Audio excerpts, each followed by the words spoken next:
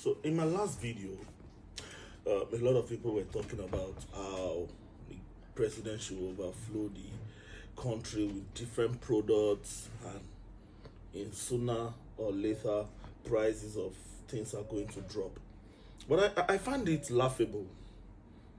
Like I said, we don't produce, and the little production that is going on in the country, the companies are already folding up and packing out. Some have spent 60 years, some have spent 40 years, and there is no Nigerian company that has risen up to take up that mantle and replace them. For example, we have a company like Unilever. I mean, Unilever has most products you and I use, from toothpaste, which is everybody know, close up, to Vaseline. So tell me, if you say you want to run to Horabi, Procter and Gamble also, they have left. So what is the implication of this? Marketers, or what we call distributors or importers, they will go out there, or they will order those products out there, they bring them to Nigeria.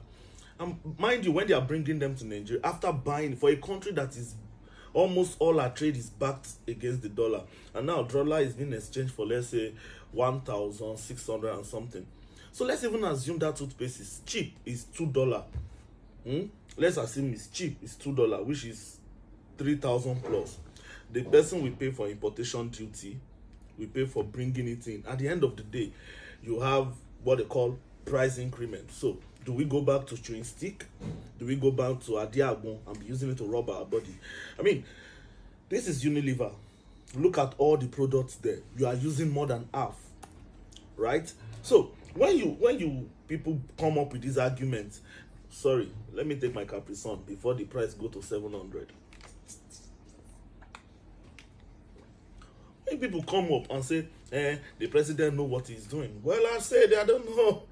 But for a man that wants Nigeria to be okay, even our neighboring countries practice price policy. I mean, if you go to ordinary Cameroon over there, right?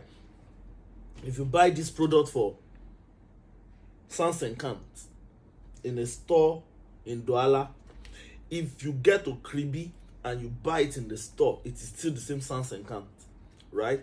So in Nigeria now, you will even see boldly written on the paper bag 70 naira. The price, the woman will tell you she's selling for 150. You're like, this thing is 70 naira. You say, do you know how much I buy? Do you know how much I pay Agbero? You get. At the end of the day, she sells for 150. When you get to some villages, right, you sell for maybe 200 or 300. If you are withdrawing from all these POS people, if you stay in Lagos, on the mainland, 5,000 naira is like 200 naira. Some do it for 100 naira. If you get to the island, 5,000 naira is 500. If they are happy and they are good, they'll do it for you 400.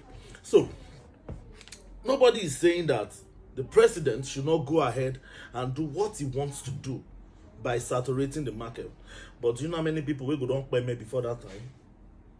I mean, this is the first time that I am seeing Nigeria making memes about Christmas.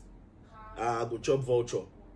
I go chop, I go swallow my spit. I mean, it's funny. It's all memes. We're all happy because we are a happy nation. But think about it. While you were growing up, on Christmas Day, like 7 plates don't dey your house from your neighbors. They don't bring the food come. Do you see any neighbor bring food to your house? I mean, before now, when you give Muslim Christmas food, Muslim will be like, they are not taking it, or they will trash it. But now, I've seen like 4 Muslim clerics preaching that if the Christian bring food, eat it, oh, it's not haram. You see how funny it is.